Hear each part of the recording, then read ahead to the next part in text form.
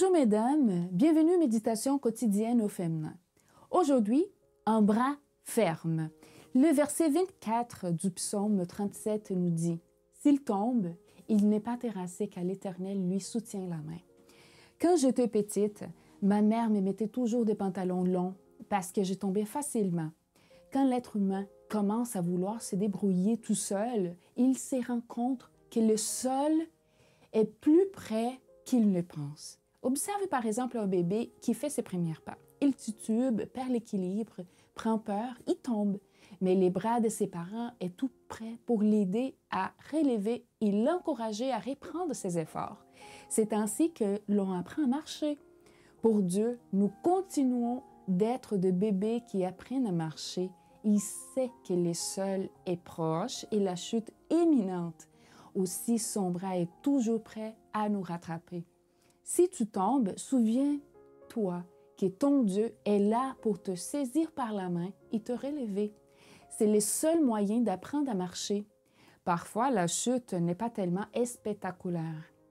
Il n'en résulte qu'une écorchure et nous sommes prêts à recommencer. Mais si quelque chose est abîmé intérieurement, nous devons subir les soins adéquats.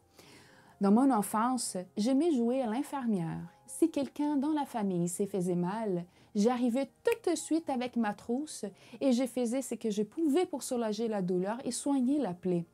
Je me souviens qu'un jour, mon petit frère courut dehors avec le pied nu et revit avec un clou dans son pied. Il était tout petit, mais il était quand même calme en attendant que je le soigne. Il avait confiance que tout irait bien. Nous aussi devons aller à Christ, que ce soit pour une simple écorchure ou pour éviter une infection ou une déchirure intérieure. Souvenons-nous que les bras fermes du Seigneur nous soutiennent après la chute, aussi spectaculaire qu'elle a été. Il est toujours à nos côtés. Allons à lui, faisons-lui confiance et gardons notre calme, sachant qu'il peut nous relever, nous guérir, nous renouveler et nous donner une autre opportunité. Ne lâche pas la main de Dieu. Mais si tu faiblis et si tu éloignes un instant, fais appel à lui et il sera là pour te prendre la main et te relever. La main de ton Dieu est ferme et puissante. Agrippe-toi à elle de toutes tes forces. Bonne journée dans le Seigneur et à demain.